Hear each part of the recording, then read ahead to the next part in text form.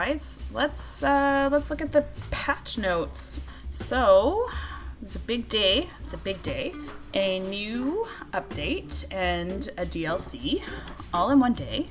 So that's really exciting. I haven't actually looked at this yet. So let's see what we've got, ladies and gents. Whoa, this is exciting. Lucky dice are now tracked per profile instead of per character. That's really exciting. That's a really good compromise for the people who were, really upset about having to find 260 dice on every character. But it's also really great for the people like me who enjoy finding those, because it'll just make your loot luck go higher. Haha, you can now rename your little buddies with their shroomy booties and their wings. And I don't know what the other one is, but you could like name your pets. That's really freaking cool. I don't like the little characters. I find they get in the way and kind of annoy me. So, there's that. Chaos Chambers will now go up to level 35. So, we have a new max for Chaos. There's not going to be Chaos 20 anymore. And you get a next stage in gear. So you'll have, your regular legendary gear, right? And then you'll have your chaotic gear. And then you'll have your volatile gear. And now you'll have primordial gear, which is really freaking cool. I can't wait to try that. Okay, this is big. Enemy waves in the Chaos Chambers. I'm allowed to start sooner to give Fate Makers more targets at once. That's really, really, really exciting. Okay. Moon Orb currency has been adjusted. Fate Makers were very quickly able to reroll enchantments to the point that the cost would be more than the maximum Moon Orbs they could hold. The grind for Moon Orbs was also slower than intended, as the best way to get them was to farm bosses in the Chaos Chambers. Okay, so you're gonna get an increase from 4,000 to 16,000 for the maximum amount that you can hold. Single Moon Orb drops are now worth 20 instead of 10, so the stacks are worth 80 instead of 40. Moon Orb stacks are now slightly less likely to drop versus single orbs. Wow. That's really cool for everyone who likes to reroll.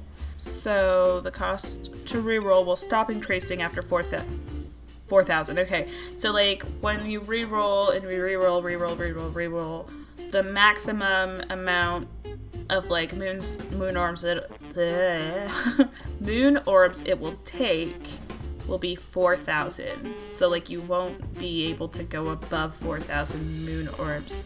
So that's really good. Okay, let's look at the rare crashes, including those related to loading into or out of Wartooth Shallows while in co-op, occasionally using spells during Enter Pyramid, selecting Quit to title screen after accepting a co-op request, occasionally looking for a player that is not found in Shift. Yeah, I hope they fix or continue to fix all of the shift issues, because that's been something that has been not so great, but it comes with the territory, so we do what we can, right? Torque's title card being too powerful for split screen, starting in game cinematics during split screen. Long play sessions, I haven't had issues with any of those because obviously I'm on PC. However, I feel like that's going to be really good for the console players. Entering a random encounter while in multiplayer, also not something I've had an issue with because I'm on computer, but hopefully that's really good for those people who are on console. Alright, let's see the reported concerns. This is what I'm most excited about because I haven't actually looked at the patch notes this morning. I'm really excited because I've had some issues. Some players could not connect to the game without linking accounts. Okay. Occasionally the intro would not play and Fate Makers were left at the table alone. I don't want to be stuck at the table by myself. Please let me go with you. Leaving a run in Chaos Chambers and starting a featured run could sometimes cause a blocker. Okay. Run into a blocker while transitioning, enter the God's Well. Yeah, I had that happen. Not so great. Badass enemy during Knife to Meet You would sometimes be too scared to spawn. Yeah, apparently we're very scary as Fate Makers to the point where enemies won't spawn because, you know, we're that spooky and terrifying. Anyways, Fate Makers could sometimes become stuck if a cutscene was starting. Yeah, okay, this one right here. The loot lock UI would sometimes appear to fluctuate inconsistently when Fate Makers joined and left a co-op session. Okay, not only that, but the one right underneath it, luck would sometimes appear to not update when doing activities to increase it. Okay, so I obviously make dice videos, and on the character that I play off stream to make said dice videos, my loot lock has been stuck between 1500 and 2000 for days, and I'm already like halfway to completing like finding all of the dice, so I really hope that this fix like actually fixes it and actually shows me what my luck is, because I won't know how much of an impact it's making to find the dice. Like, how are you supposed to know if it's making an impact at all? So I'm really excited about that. That's gonna be epic. Okay, the backpack occasionally showing the wrong icons for gear, not showing icons or information entirely. This is also something I've unfortunately had to experience, and it was getting really frustrating, but I'm really glad that they're, you know, like fixing it, because I like to see what I've got, and I think everybody else likes to see what they've got too, you know? Party members, including companions, would not reliably show health and occasionally appear dead. Yeah, I've run into that, and I'm like, oh no, where are you? Are you down? And, you know, everybody's like, I'm not down, I don't know what you're talking about. Mission logs and active quests would disappear. Yep, that's definitely a frustrating bug that I'm very glad they're fixing. Myth rank didn't have an obvious indicator where points could be added. Dragon Lord would be shown as immune. Yup. The Breast Laser has too many particle effects that reduce performance. Mistrial of the Ghoul was carrying AMP effects over other equipped weapons unintentionally. The weapons would fire in the wrong mode after switching weapons and switching gun firing modes. Fate Makers were occasionally unable to use the Skulldugger weapons if dropped during the cooldown animation. Heat gauge would not appear in the manual transmission. Buffmeister would calculate bonus damage incorrectly while equipped a spell shot's secondary spell. I wouldn't call it a nerf, I would just say that they fixed it so that it would actually work the way it was actually intended. So I'm really sorry that your damage isn't going to do as much damage, but quality of life improvements, right? Throwing a throwable hole into a singularity would not properly increase the damage. Okay, I never used a throwable hole, so I'm not too sure what's up with that. Gear would occasionally drop above the maximum player level. Okay, I never experienced that, but yesterday I was playing and I got gear lower level than what I was at. Gear dropping above the level is just, it was just a glitch in the game that shouldn't have been there. So we're not getting a level of cap increase yet. However, that could be on the table later on.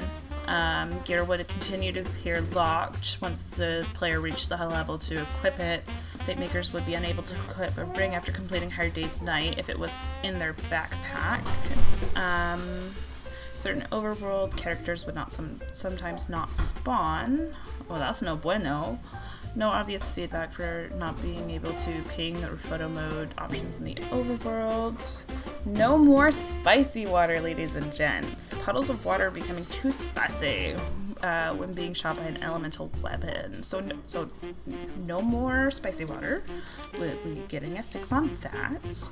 Only one sacred ground was present in Chaos Endless Dungeon with a relevant side objective. Fate Maker should now see 2.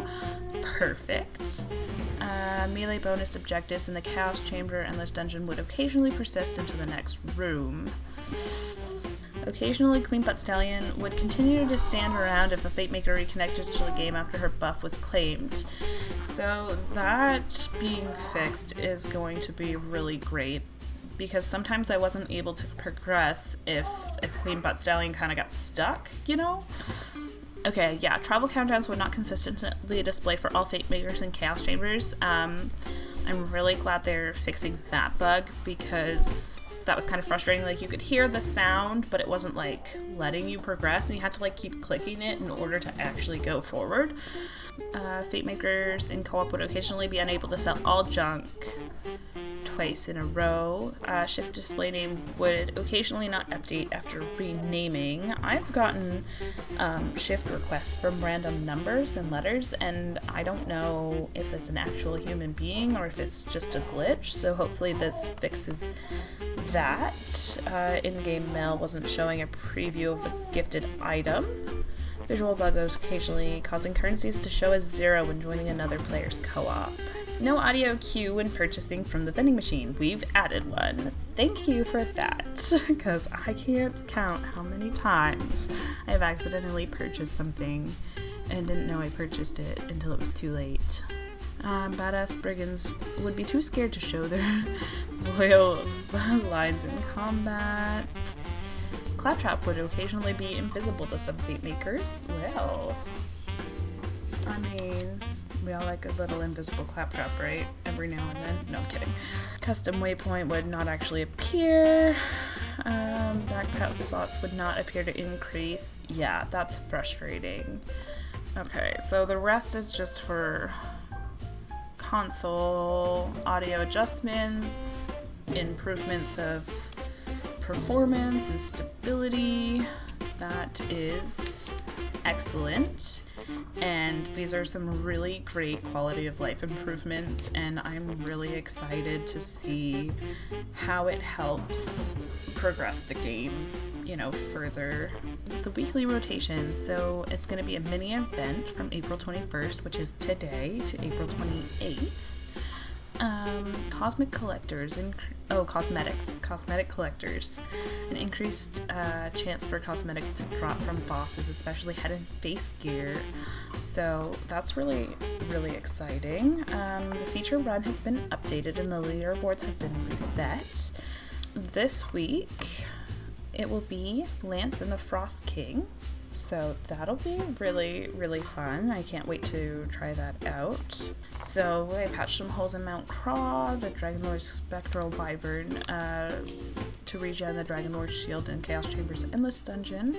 Ice Spike spell has been adjusted to deal damage to an individual target once per cast, but now shouldn't stop other spikes from doing the rest of the damage. So that's really good. Fixed the issue where on bosses minions weren't showing up for some of the fight. And here is my favorite part. Okay, this is the best thing that they have done for this patch. I love Berserker. Like, it is my main. So the Dreadwind, which is, you know, the whirling ballerina of death, has an increased damage by 28%, and that is huge. The UI concerns about the Dreadwind melee frequency appearing incorrectly on the HUD. Okay, yeah. But them increasing the damage dealt is huge, because Berserker was strong already and now it's going to be even stronger, and I can't wait to see what everybody's builds look like now that it's, you know, stronger. Clawbringer also got a buff, increased the damage radius of the Cleansing Flames melee damage, removed the cooldown of the Storm Smite skill, increased Storm Smite's damage as it scales to higher levels by 50%, holy smokes! Improved targeting for the Storm Spite, and removes Storm Spite's delay between the puddles and lightning bolts spawning. So that is really big. So we got 2 classes that got a buff in this patch, and that is fantastic. I'm really excited to play.